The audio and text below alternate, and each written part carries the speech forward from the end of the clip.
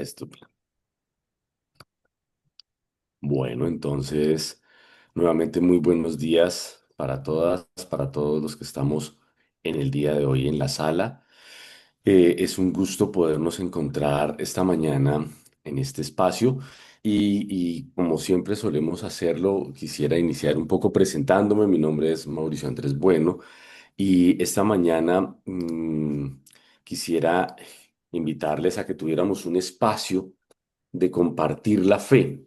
Yo soy profesor de teología en este momento en la Universidad Javeriana de Cali y también trabajo en unos espacios de investigación social, pero considero que el hecho de poder reflexionar sobre nuestras experiencias de fe, de vivencia de la vida cristiana, son una misión permanente. Así que muchas gracias por la invitación. En esa línea, señalar dos elementos. Yo no quisiera que esto fuera una clase de teología propiamente, sino que fuera un espacio para poder compartir, de tal manera que espero por ello compartir un par de temas sobre este enfoque particular del discernimiento y a partir de allí pudiéramos tener preguntas, sugerencias, comentarios, aquello que nos suscita también la misma temática.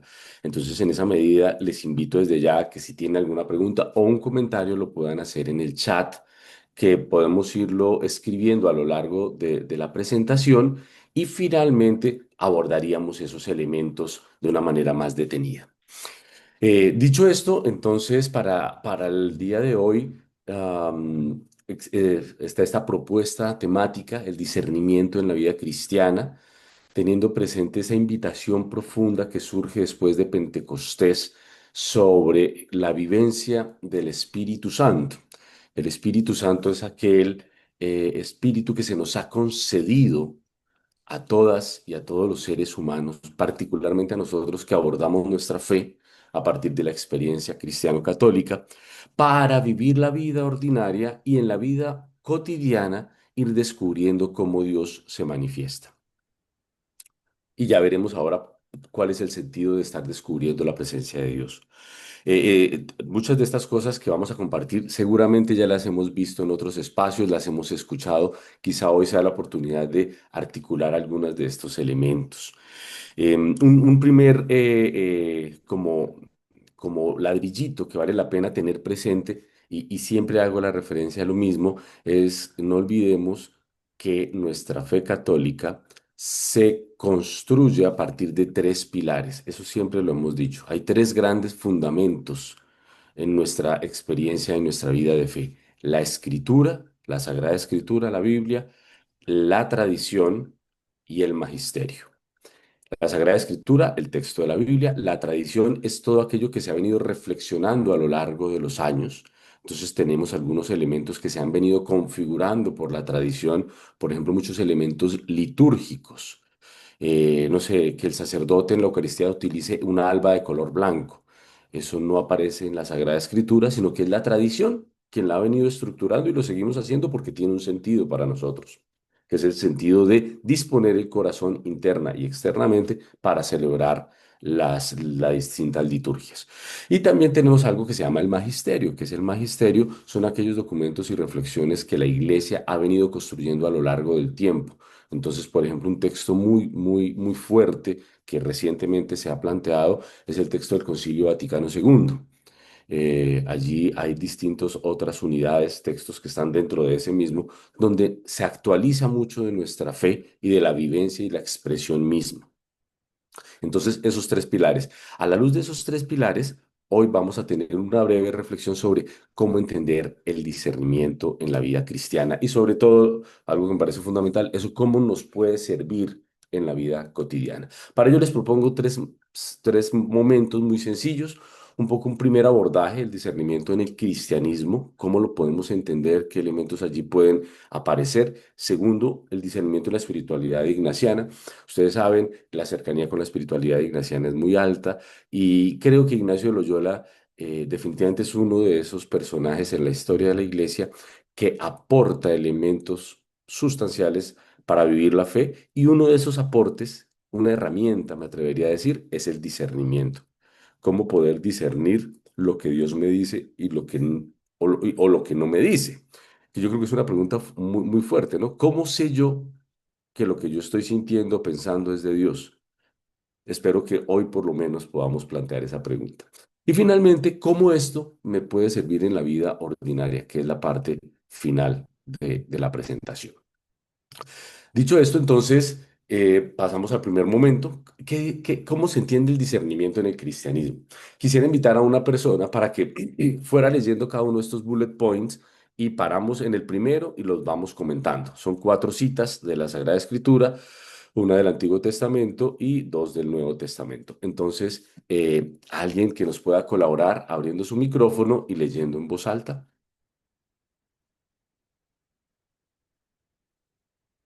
El discernimiento en el cristianismo.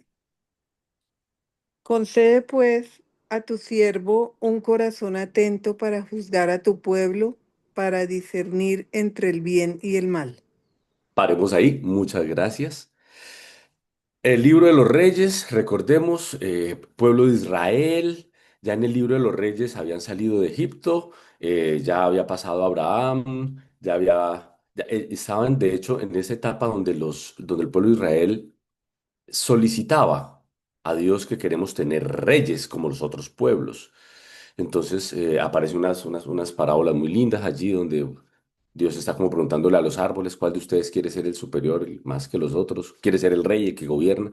Y aparece esta figura de los reyes dentro de la estructura del pueblo de Israel. Y una invitación que ya vemos desde ese momento. ¿Cuál es una de las características de una persona que ejerce gobierno en la comunidad? La capacidad de discernir entre el bien y el mal, entre lo que conviene y lo que no. Allí ya vemos un primer elemento. ¿Qué es el discernimiento entonces? Distinguir aquello que conviene y aquello que no conviene.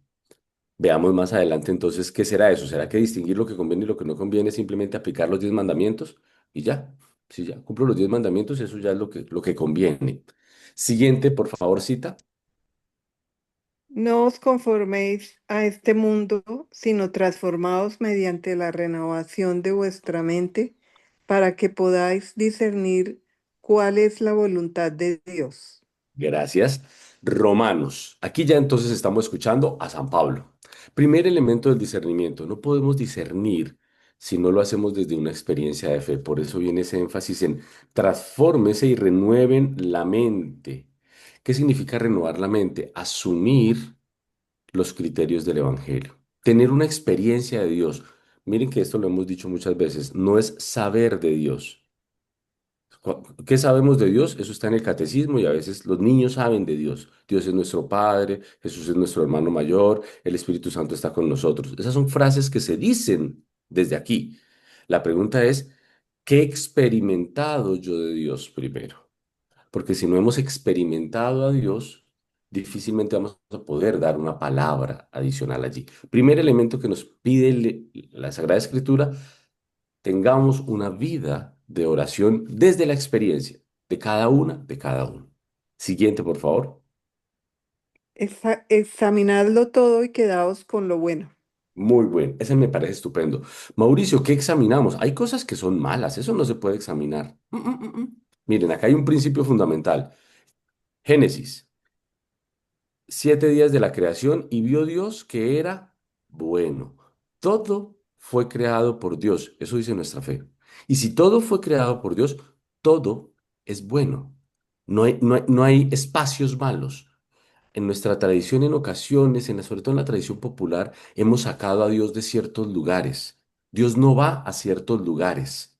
Y creo que Jesús definitivamente rompió esa lógica. ¿Con quién se la pasaba Jesús? Publicanos, pecadores, prostitutas. Incluso en esos lugares donde la dignidad del ser humano está muy cuestionada, allá está Dios. Todo se examina, todo. No saquemos cosas. Personas que uno le dice, no, mire, hablemos de mi familia. Y uno, venga, pero antes de hablar de su familia, hablemos de lo que usted hace los viernes en la noche. No, eso no, eso no. Ahí no metamos a Dios. Hablemos del domingo, que uno va con la familia a almorzar y después va a misa. Sí, hablemos de eso, pero el viernes en la noche, ese no lo toquemos. No, hay que abrir toda la vida a la experiencia de Dios. Examínenlo todo, pero quédense con lo bueno. Muy bien, ya veremos más adelante cómo podemos entender qué es lo bueno, formas de comprender. Muchas gracias. Siguiente. Se me fue y no lo puedo ver, qué pena. Ay, sí, No, creo es que que ¿sabes qué pasa, Mauro? Que estás frente a la letra. Ya, ahora sí, total. Vuelvo a No, pero si compartir. en el fondo, Ay, sí, sí, claro. Mira, ya, tardan, listo. listo, ya. Se me fue a mí, no lo puedo ver. Tampoco. ¿Lo puedes ver? Ay, no, A pero ver, sí se yo ve. puedo leer, Sí, Gracias. perfecto. Gracias. Ya ¿sí? está. Puedo leer. Sí, por favor. El alimento sólido es para los adultos, para los que por la práctica tienen los sentidos ejercitados en el discernimiento del bien y del mal. Muchas gracias, Iris. Entonces, el discernimiento es un ejercicio que se realiza paulatinamente. Y esto me parece interesante. Es analogía que plantea San Pablo entre los niños y los adultos. Al niño se le da alimento de niño para que lo digiera fácil. Siempre hacemos el mismo ejercicio, planteo el mismo ejemplo. Una bandeja paisa es algo muy nutritivo, pero ninguna de ustedes, mamás o papás, le va a dar una bandeja paisa a un niño de 6 meses. Pues porque por más nutritiva que sea, pues el niño todavía no alcanza a digerir eso. Tiene que esperar a que esté más grandecito y aún así a uno de 3 o 4 es un poco pesada la cosa. Si es pesada para nosotros los adultos ya, pues mucho más para ellos. El discernimiento es un ejercicio que requiere atención y que tengamos muchas más facultades. A veces les exigimos demasiado a los niños y a los jóvenes. No, decide tú. Me preocupa a veces eso cuando en familia ponemos a un niño de 7 años a que decida qué va a comer la familia el sábado. ¿Qué quieres comer? Imagínate, pues un niño de 7 años que va a decir, pues yo quiero comer dulces, hamburguesas, pizzas, qué sé yo. Creo que a veces nosotros los adultos descargamos por querer congraciarnos con otros las decisiones en quien no corresponde. Buen ejercicio de discernimiento. ¿Quién decide? ¿Quién decide en mi casa las cosas de lo habitual? ¿Hasta qué punto entregamos a otros una responsabilidad que debería ser nuestra? Que sí, que es muy duro estar luchando con las cosas. Sí, claro, eso es difícil, pero la decisión es del adulto. No el niño, ¿no? Imagínate preguntándole a un niño de 5 años, mi amor, ¿quieres que te vacunemos contra la polio? No, no, no, no quiero porque me duele el pinchazo. Ah, bueno, entonces no, no lo vacunamos porque no quiere. Acá es, ¿dónde estamos colocando las decisiones? ¿A quién le estamos entregando las decisiones? El alimento sólido es para los adultos, nosotros que estamos ejercitándonos en el discernimiento. Para los que por la práctica tienen los sentidos ejercitados. Me parece interesante allí esa invitación de San Pablo. ¿Cómo podemos entender, o más bien, cómo podemos ejercitar los sentidos? ¿Cómo ejercitar los sentidos para el discernimiento? Ya aquí San Pablo nos pone el foco en, miremos lo que sentimos, no solamente lo que pensamos, veamos lo que sentimos.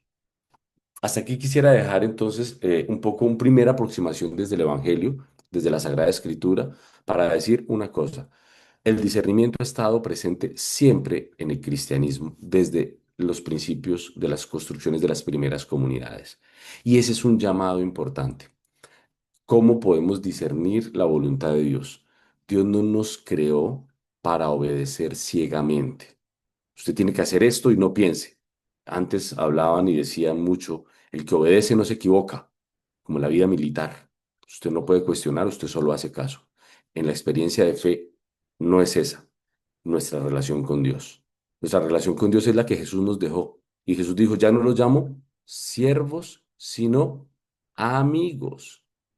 Y eso significa, ve tú a tu camino, a tu ritmo, coge tu cruz y ve siguiéndome a tu ritmo. Sígueme, evidentemente, pero a tu ritmo. Descubre cuál es tu ritmo. Discierne en la vida ordinaria, en la vida cotidiana, cuál es ese ritmo tuyo que es particular y es único. Discernimiento en la espiritualidad ignaciana. Invito a alguien que pueda leer este primer párrafo, por favor, que estoy seguro que hemos escuchado en otros lugares, pero nos plantea el horizonte desde donde Ignacio de Loyola plantea la herramienta del discernimiento. Por este nombre, ejercicios espirituales, entiendo todo modo de examinar la conciencia de meditar, de contemplar, de orar vocal y mentalmente y de otras espirituales operaciones para ordenar su vida y una vez queda, espérate, es que es chiquitico, y una vez ordenada, ay, se me fue, espérate, Mauricio, algo Tranquila. pasó, espérate, Descubrir la voluntad de Dios. Exacto, Yoli, gracias. tranquila, no a ti. Entonces, miren que acá hay un primer elemento. ¿Qué es los ejercicios espirituales? Fue el texto que plantea Ignacio Loyola. Y él dice, ¿qué entiendo por ejercicios espirituales? Los modos de examinar la conciencia para un fin. Para, una vez, para ordenar la vida y después de ordenada, descubrir la voluntad de Dios. Tres momentos plantea Ignacio. Discierno para ordenar la vida y después de ordenar la vida, descubrir qué es lo que Dios me dice. Tres elementos allí que me parece importante. Hago un ejercicio para ordenar la vida y luego de ordenada pregunto qué es lo que Dios me está pidiendo. Primer elemento de esto. Segundo, ¿cómo entender la voluntad de Dios? Que es esta parte aquí final. ¿Cómo entender la voluntad de Dios? Aquí me parece un elemento muy, muy central de nuestra experiencia de fe. Todos los seres humanos fuimos creados a imagen y semejanza de Dios. Génesis. Como somos imagen y semejanza de Dios, ¿dónde encontramos nuestra plenitud? Reconociendo lo que Dios puso en nosotros y dando fruto con ello. De ahí se deduce que cada uno tenemos un camino distinto. Somos como plantas en un gran bosque. ¿Y qué es lo primero que tiene que hacer la planta? Descubrir qué tipo de planta es. Si soy un sauce, si soy un cedro, si soy un pino, si soy un eucalipto o si soy otro tipo de planta. Entonces soy una rosa, soy un clavel. ¿Cuál es uno de los primeros elementos que debemos evitar? Que una rosa pretenda ser un clavel. En ocasiones tenemos conflictos internos y el primer conflicto es lo que soy, pero lo que me gustaría ser. Y yo creo que el discernimiento empieza por ahí, haciéndonos la pregunta honda de, ¿qué fue lo que Dios me dio? ¿Cómo me hizo Dios? Porque en la medida en que yo descubro qué tipo de ser humano soy, puedo dar fruto desde ahí. Si yo soy una persona tímida, Mauricio, pero es que a mí me encanta la gente que sale y habla y dice, y todo el mundo es chévere con él, pero eres tímida, no hay problema. Lo mejor que puedes hacer es hacerte esa timidez y da frutos desde ahí, no queriendo ser lo que no soy, porque allí nos enredamos, nos enredamos. Si soy imagen y semejanza de Dios, Dios me creó con esa semilla, con esas cualidades, con esas virtudes y también con muchos retos. Esos son mis retos. Los acojo, los asumo, asumo mis cruces y voy caminando. Ojo, que también muchas de las cruces que vamos cargando las hemos ido asumiendo en el camino, ¿no? Por ahí recuerdo algunas conversaciones, ¿no? Es que mi esposo es una cruz que Dios me dio. No, no, no, no, no, no, no, Dios no se la dio, usted la eligió. O sea, usted quiso, y usted quiso coger esa cruz, eso está bien, pero Dios no la obligó. O sea, usted no nació con ese esposo, usted nació sola o solo, y usted en algún momento de su vida tomó esa decisión. Ay, no, es que Dios me dio estos hijos. No, no, no. O sea, a ver, usted tomó una decisión. Usted quiso ser papá, usted quiso ser mamá, y usted educó a esos muchachitos desde chiquitos de tal manera. Así que básicamente usted termina cosechando lo que usted sembró. Así que no vengamos a decir que el niño a los 20 años me salió pues así un poquito rebelde. No, no, no, esa rebeldía venía desde que nació y usted fue acompañando eso. También asumamos la responsabilidad que nos toca. Pero básicamente Dios a cada uno nos dio unas herramientas, nos dio unos elementos. Por eso me encantan estas palabras que están acá. Santidad, autenticidad, salvación. ¿Qué es ser santo? Ser auténtico. ¿Qué es un santo, una santa hoy en día? Una persona, y no solamente hoy en día, a lo largo de la historia, un ser humano que descubre que su principal tarea no es hacer lo que los demás dicen, no es hacer lo que el mundo dice. Su principal tarea es reconocer cuál es su autenticidad. ¿Quién soy yo? Cuando yo me hago esa pregunta, estoy preguntando qué fue lo que Dios me dio Dios me dio este color de piel, me dio estas manitas, me dio estos ojitos, me dio esta inteligencia, esta sensibilidad. Eso fue lo que Dios nos dio. Ahora, ¿cómo puedo discernir la manera en que yo, siendo auténticamente la persona que Dios creó, le sirvo a una figura mayor? ¿Cuál es? El reino de Dios. Dios nos crea individuales únicos para que desde esa unicidad aportemos a algo. ¿A qué? Al reino de Dios. ¿Qué era lo que Jesús predicaba todo el tiempo? El reino de Dios. Y el reino de Dios no es lo que está después de que nos muramos. No es, sí, entonces cuando yo me muera voy a ir al reino de Dios. No. Jesús dijo, el reino de Dios ya está aquí. El reino de Dios está en medio de ustedes. ¿Quién es un santo entonces? Una persona que, siendo auténtica, descubre que el reino de Dios ya está acá y lo ayuda a construir, a continuar construyendo, porque se sigue construyendo por medio de las obras, las acciones de aquellos seres humanos de buena voluntad que aportan a la construcción de los demás. Miren ese lugar tan central de la creación. Comprender eso nos ayuda a discernir. ¿Por qué? Porque si yo sé que mi, Ignacio de Loyola va a decir, principio y fundamento, es mi autenticidad, que fue lo que Dios me dio, entonces, ¿qué es lo bueno y lo malo? Lo bueno es lo que me ayuda a ser auténtico. ¿Y qué es lo malo? Lo que me aleja de ser auténtico. Volviendo al ejemplo de las plantas, hay plantas que son de luz, ¿verdad? Todos conocemos, a mí ahora me encantan las plantas, soy un poquito todavía torpe cultivándolas, pero trato de esforzarme. Pero hay personas que me ayudan mucho porque saben y investigan más que yo. Hay plantas que son de luz y hay plantas que son de sombra. Mauricio, ¿las plantas son buenas? Perdón, ¿la luz, el sol directo es bueno para las plantas? Pues sí, básicamente todas las plantas necesitan la luz para hacer la fotosíntesis, pero a algunas les hace bien el sol directo, a otras no. ¿Usted se ha preguntado qué le conviene a usted? O a veces queremos poner la regla para todo el mundo. Aquí hay que hacer tal cosa. Todo el mundo tiene que rezar el rosario a las 5 de la mañana. Uf, al que le sirve, hágalo. Es que a mí me sirve más a las 9 de la noche.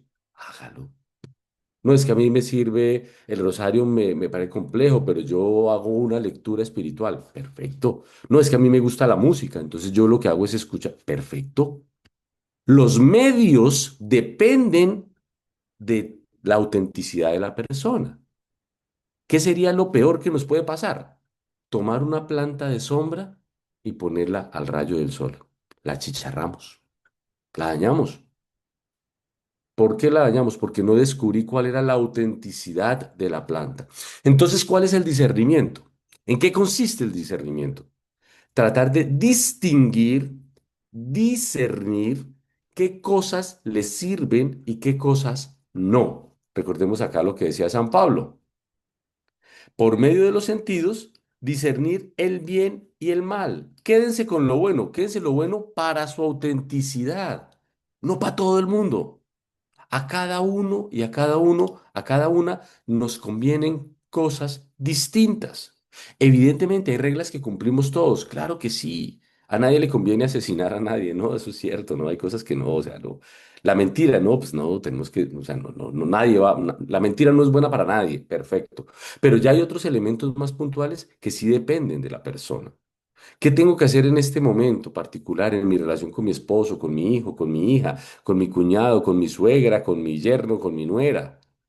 Mm, ahí ya no hay reglas universales. Ahí ya empezamos a hilar fino. ¿Qué será lo que conviene aquí desde la personalidad que yo soy y desde la construcción del reino?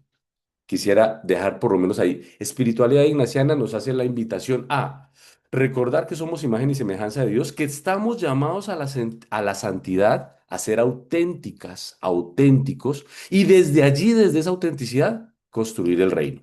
Bueno, y entonces, ¿cómo se hace eso? ¿Cómo podemos abordar estos elementos? Voy a saltarme esta y voy a pasar a esta que me parece un poco más clara. Claves para discernir.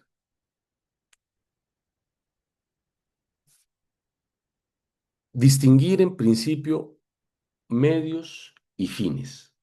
Definitivamente esto va a ser un elemento muy importante.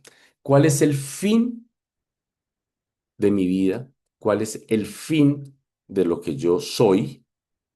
¿Y cuáles son los medios que utilizo para lograr, para llegar, para acercarme a ese fin? Yo creo que esta es una primera eh, herramienta que puede ser absolutamente central. Poder separar fines de medios. Y aquí ya uno empieza a tocar unos temas muy profundos. Por ejemplo, ¿será que el fin de una persona es ser mamá?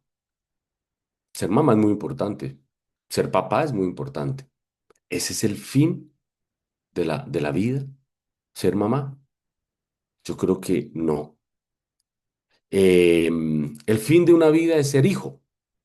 Entonces tengo que esforzarme, ser hijo, y mis papás. ¿Ese es el fin de la vida? ¿Ese es el último fin allá? ¿Hacia allá dirijo mi vida? Yo creería que no, pero lo dejaría abierto al discernimiento individual. ¿Cuáles creo que son los fines de la vida? Ignacio de Loyola lo coloca en estas palabras. El hombre, el ser humano ha sido creado para alabar, servir y hacer reverencia a Dios nuestro Señor. Y por medio de ello, salvar su ánima. Y todas las cosas de la tierra fueron creadas para que yo pueda lograr ese fin. Mire que ahí no dice el fin es ser esposo, el fin no es ser mamá, el fin no es ser hija, no, no, no. Esos son decisiones que tomamos que se suman a un horizonte mayor. Pero es importante, definitivamente, hacernos la pregunta por cuál es realmente ese fin que yo quiero en mi vida. Y yo creo que a veces se nos pasa la vida y nunca nos hemos hecho esa pregunta. ¿Cuál es el fin de mi vida? Y ahí se nos pueden cruzar algunos elementos que son complejos. Ante esa pregunta, ¿no? Fines y medios. ¿Cuáles elementos complejos se nos pueden cruzar? La sociedad nos propone unos fines. ¿Cuáles son esos fines que nos propone la sociedad? Básicamente, hay un gran fin que hoy en día la sociedad nos propone. Ser feliz. Usted vino al mundo a ser feliz. Y pareciera que la felicidad es el último fin para todo el mundo, ¿no? Usted haga lo que lo haga feliz. Mm, ok, dejémoslo ahí. ¿Cuáles medios nos propone la sociedad para ser feliz? Estos son algunos. La moda. Eso es un medio para ser feliz. Entonces, los centros comerciales son unos grandes lugares donde con lucecitas y con cosas muy bonitas nos dice, mire, si usted se compra este jean, usted va a ser feliz. Si usted viaja a Capadocia, usted va a ser feliz. Si usted come en tal restaurante, usted va a ser feliz. Si usted se toma un cafecito en tal cafetería que viene de tal país o de tal otra o lo que sea, usted va a ser feliz. Si usted hace esto, usted será feliz. Y a veces los seres humanos entramos en unos círculos, ciclos de moda muy complejos. Si usted cambia de carro cada cierto tiempo, usted va a ser feliz. Si usted vive en tal barrio, en tal lugar, usted va a ser feliz. Como que con eso nos quieren vender algo superior. Y a veces entramos en esos criterios. Si usted estudia tal carrera, va a ser feliz. Mejor dicho, como si hubiera carreras que me aseguraran la felicidad, suponiendo que la felicidad es realmente el fin. El yocentrismo. Hoy en día es muy común, y estos tres puntos que saco de acá, los saco del Papa Francisco, Magisterio de la Iglesia. Él dice, ojo con estos elementos. Y yo creo que lo hemos escuchado ya desde otros enfoques en estos espacios. El yocentrismo. Si usted se preocupa solo por usted, usted va a ser feliz. Entonces yo me debo preocupar por mí, lo que a mí me gusta, lo que yo quiero. A veces escucho a los papás, ojo, ya que estoy hablando con un grupo de personas adultas, diciéndole a los chicos, no, no, no, no, no, no, no se vaya a casar, no, no, joven, no, no, no, no, espere, viva, sea feliz, conozca. Y ya por allá a los 30, 35. Allá mira, allá decide si se casa. Yo diga, espere, ¿y por qué? No, es que si se casa usted ya no puede hacer nada de eso. Pues seguramente no. Si usted es mamá joven, pues no. María fue mamá chiquita. Seguramente no disfrutó mucho de la Palestina de Jesús. Pero eso me hace feliz. ¿Qué realmente, qué estoy entendiendo por felicidad? La felicidad es cuando yo hago lo que yo quiera, cuando yo quiera, a la hora que yo quiera. Y miren que nos convertimos en, esa palabra que también repetimos mucho, en yoyos. Yo soy, yo hago, yo hice, yo digo, yo fui, yo pienso, yo creo. Ahí está la felicidad. En centrarnos en nosotros mismas, nosotros mismos. El mundo nos ofrece eso. Como sálvese usted primero y ya mire a ver después a quién más. Más bien se vuelve como un sálvese quien pueda. Que cada uno haga lo que quiera y pueda. Y desde ahí, echen para adelante.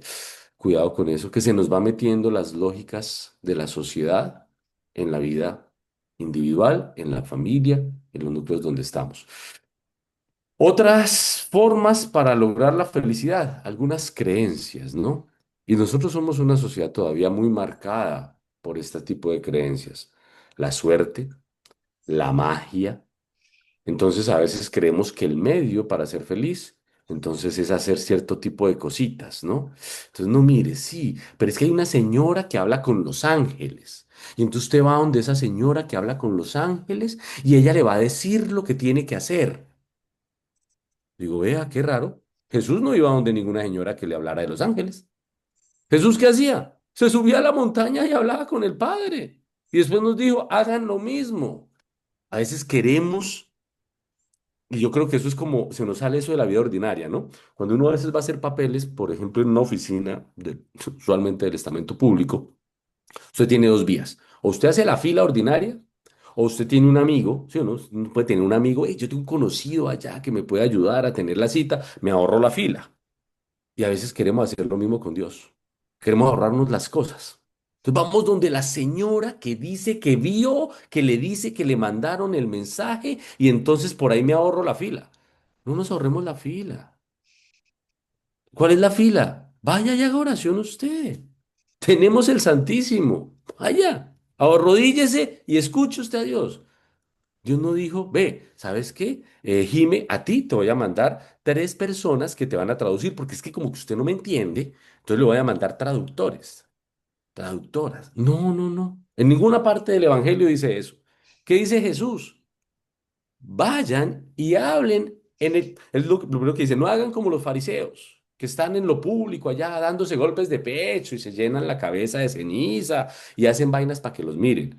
Usted vaya, enciérrese y en el interior de su corazón, allí está Dios. A veces nos da por creer en estas otras vías más expeditas, ¿no? Es que hay una señora que después de uno tomarse el cafecito, la señora mira y yo no sé, yo lo único que veo cuando termino de tomar el café es que se me acabó y me toca ir por otro. Pero, pero la gente está esperando que Dios se le aparezca ahí y le diga cosas. Creo que a veces estamos buscando donde no es. Y eso nos lo propone mucho la sociedad. ¿Hasta qué punto dejamos que esos elementos se nos vayan metiendo en la vida ordinaria? Esa es la propuesta del mundo. La sociedad nos propone un camino, un fin y unos medios. Ahora viene lo más interesante. ¿Y cuáles son los fines entonces que nos propone la iglesia, nuestra fe? ¿Y cuáles son los medios? Fines. Recordemos a Ignacio de Loyola. Primero, ordene la vida. Si nosotros no tenemos una vida ordenada, pues difícilmente vamos a escuchar la voz de Dios. Mauricio, ¿y cómo sé yo que mi vida está ordenada? Muy sencillo. ¿Cómo estás tú en tu salud física? ¿Cómo estás en tu dimensión psicológica? ¿Cómo estás en tu dimensión social? ¿Cómo estás en tu dimensión afectiva? Físico. Hombre, si yo tengo una diabetes que vengo arrastrando, eso hay que ordenarlo. Dios no me mandó la diabetes, o sea, Dios no me está obligando a que me vaya y me atragante a punta de brownies. No es que me encanta, a mí me encanta el chocolatito. Ordene la vida, ordene la vida. Empecemos por ahí. Todos tenemos fragilidades, obvio que sí, pero ordénese primero. Es que yo sufro la tensión y entonces me cuesta dejar la sal. Vamos, ahí hay una tarea. Y eso no hay que ser demasiado, es, mejor dicho, el gran místico, ni ir donde nadie para que me diga eso. Está donde el médico y el médico le dice, ¿sabe que usted tiene que hacer una hora de ejercicio físico? Ya, chao. Ordene la vida. Ordenar la vida es saber que hay cosas que tengo, que me corresponden hacer, porque ya tengo 50, 60 y tengo unas condiciones. Y la mejor manera de vivir con esas condiciones es ordenar la vida. Sencillo. Segundo, mi parte afectiva. No, no, ¿será que tengo que ordenar la vida? Examínese. ¿Qué tantos apegos tenemos, por ejemplo?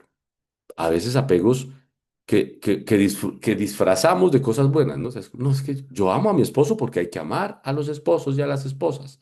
Sí, pero si es ese amor enfermizo que se genera en unos celos horrorosos, usted misma sabe, usted mismo sabe que eso está desordenado. A veces tenemos unos afectos desbordados por hijos, por nietos, sobrinos. Pues ahí hay que ordenar eso. ¿Y eso cómo se ordena? Yendo allá, no, no, no, pues va donde un psicólogo. Hay cosas que son del médico. O sea, si yo tengo diabetes, obvio que hago oración para que el Señor me fortalezca y me ayude. Claro que sí, pero tengo que ir al endocrino o al médico para que me trate eso. Ciertamente, si tengo unos temas de dificultad de perdonar, claro que me acerco a Dios y que me regale el don del perdón. Claro que sí. Pero también exploro la posibilidad de ir donde un psicólogo y me ayude a entender por qué me cuesta tanto. Si tengo problemas con una adicción, claro, le pido a Dios que me quite una adicción. Y adicción a muchas cosas, ¿no? Drogas, sexo, películas, muchas cosas que hoy en día tenemos al alcance. Hombre, ciertamente, le pido a Dios que me ayude, pero voy a un especialista también para que me ayude allí. Primer elemento, ordeno la vida. Y segundo, me pregunto sobre esa voluntad de Dios. ¿Qué será lo que Dios me pide? Y ahorita acá me devuelvo a otra diapositiva. ¿Cómo sé yo qué es lo que Dios me pide? ¿Cómo sé yo lo que Dios me pide? Esa pregunta es interesante. ¿Cómo sé yo lo que Dios me pide? Pues reconociendo cómo es que Dios actúa. ¿Y cómo es el modo que Dios actúa? Ah, aquí están las maneras como Dios actúa. Primero, Dios elige salir de sí mismo hacia los demás. ¿Qué elijo yo? ¿Servir a otros o servirme a mí? El Evangelio del día de ayer, viernes. Llega una señora y le dice a Jesús, venga, ¿será que usted puede garantizar que mis hijos estén uno a su derecha y otro a su izquierda cuando estén allá en el reino suyo? Y Jesús le dice, pues bueno, ¿sabe qué? Bueno, primero le hace una pregunta. ¿Ellos están dispuestos a beber del mismo cáliz que yo voy a tomar? Y la señora, todo el mundo dice, sí, sí, sí, nosotros vamos a tomarnos lo que usted nos diga, pero sí vamos a tener ese premio. Y Jesús le responde, pues bueno, la verdad tengo que decirles que quien decide quién va a estar a la derecha o a la izquierda es el Padre. Lo que yo sí les puedo asegurar es que ese cáliz va a ser difícil. Cargar la cruz es complejo. Y después se voltea a los demás. ¿Por qué? Porque obviamente a nosotros les dio envidia. Oiga, estos berriondos, imagínense allá metiéndosele a Jesús para que Jesús los premie y todos estamos en las mismas. Y Jesús saca una frase espectacular porque el Hijo del Hombre no vino a ser servido, sino a servir. ¿Cómo sé que algo es de Dios? Si la acción que voy a realizar, que tengo en duda, me beneficia solo a mí, pregúntese qué tanto es de Dios. Si está en servicio de otros, quizá por ahí es la experiencia de Dios. Cuando solo el beneficiario o la beneficiaria soy yo, pregúntese un poco más. Yo sé que no hay reglas absolutas, sí, pero esto es un buen criterio de juicio. ¿Se me sirvo a mí mismo o también incluye el servicio de otras y de otros? Segundo criterio de Dios. ¿Cómo actúa Dios? Dios eligió a los menos favorecidos. La pregunta es, ¿a quiénes me acerco yo? ¿Solamente a los que me pueden dar cosas? A veces nuestros amigos queremos tener solo amigos que tengan más que yo. Entonces comparto mi tiempo con ellos, porque claro, la gente dice, hombre, ¿para qué desgasta su tiempo en esa gente que no le puede aportar nada? ¿La vida es solamente para estar con la gente con la que me aporta? ¿O soy yo el que le aporto al resto? ¿Soy yo céntrico que me den a mí, que me den a mí, como los niños de 1 año, 2 años, de 3 añitos que me encantan. Los niños de 3 añitos son divinos. Usted le da una galleta a un niño de 3 años y el niño la coge con una mano. Le da otra galleta y la coge con la otra mano. Le da una tercera galleta y el pobre niño empieza a sufrir porque la quiere coger y no tiene más manos. Entonces empieza a tratar de acomodarse para coger otra galleta. A veces somos o nos quedamos pegados al niño de 3 años, queriendo que el mundo funcione en torno de mí.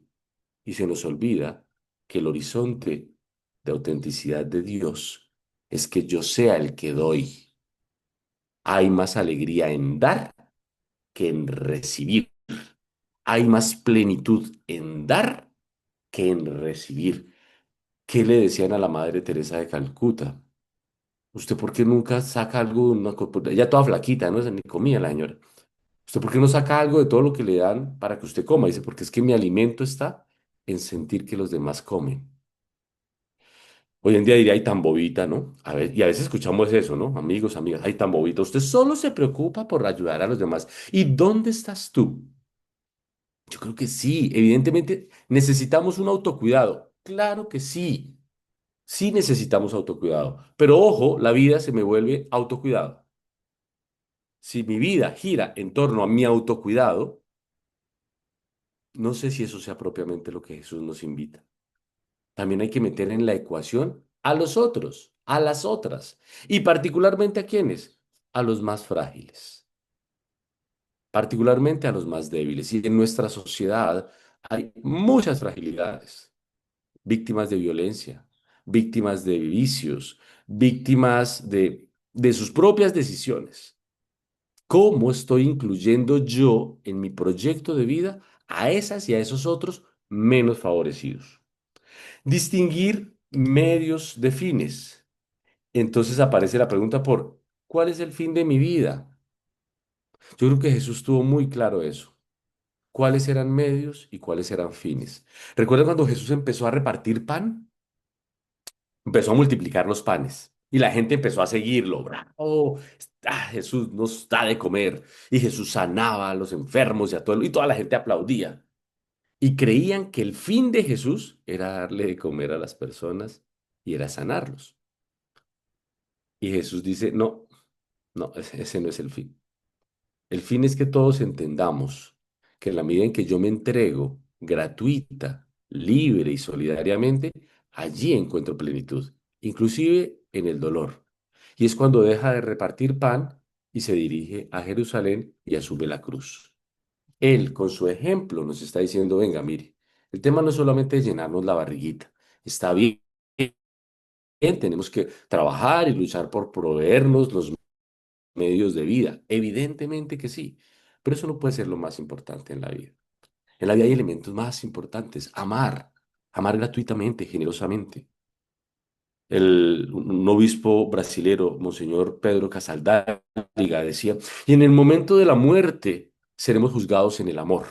Abriremos nuestro corazón y entregaremos y aparecerán esos rostros a quienes amamos y quienes nos amaron a nosotros. Ese es el fin. El fin es poder llegar. Yo me imagino que ese es el juicio final. Y bueno, no me lo imagino, lo tomo de Pedro Casaldáliga. Y el juicio final es que llegamos al momento de la muerte y lo que hacemos es abrir el corazón y Jesús nos dice, venga, muéstreme a ver a quién amó. ¿Cómo fue usted auténticamente libre para amar a otros y a otras? Que sí, que si usted trabajó y consiguió casa, carro y beca, pues bonito, felicitaciones, pero todo eso se queda. ¿Qué es lo que usted se lleva? ¿A quién amó? ¿Quién te amó? Miren que entonces el discernimiento se convierte en una herramienta para enfocar y ser amados, no a ser felices siempre. Yo creo.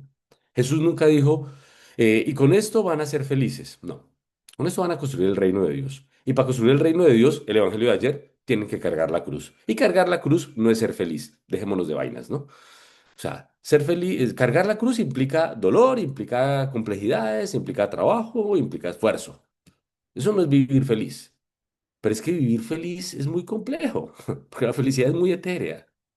Por el contrario, si procuramos construir ese reino de Dios, Allí hay plenitud, allí hay una promesa. ¿Qué es la que nos plantea Jesús? Toma tu cruz, sígueme. Pues creo que son muchos elementos, espero no haber atosigado de tantas cosas. Y termino con, ¿cuál es el medio fundamental para el discernimiento? Y aquí no cabe duda, oración y examen. ¿Qué significa eso, Mauricio? Quédese callado, quédese callada y pregunte qué es lo que Dios me está diciendo acá. Después de esta conversación, de nada sirven las palabras que yo diga, de nada sirven, eso es palabras que cualquier otro podría decir, eso es lo de menos. Aquí, ¿qué es lo importante? ¿Qué es lo que Dios te dice en el corazón? ¿Y cómo sé yo eso? Quédese callada, quédese callado y sienta, sienta lo que Dios le dice allí y Dios te lo va a mostrar y te va a dar esa calidez allí en el corazón para tomar una decisión. ¿Y eso dónde se logra? En silencio, en oración. ¿Le gusta ir al Santísimo? Vaya. ¿Le gusta en su cuarto? Quédese en su cuarto. ¿Le gusta donde quiera? Pero haga el silencio suficiente para escuchar lo que Dios le dice. Porque si no nos pasa como los niños glotones. Comemos y comemos y comemos y nos atarugamos tanto que después vomitamos todo lo que comimos y no nos sirvió de nada. Eso no alimenta. A veces es comer poquito y dar tiempo para que el cuerpo haga la digestión. El examen es la digestión. Es quedarme calladita, calladito y hacer la pregunta. ¿Qué me está diciendo Dios? No qué es lo bueno, qué es lo malo. ¿Qué me dice Dios en esta situación? Me detengo acá. Muchísimas gracias por su paciencia y quiero invitar entonces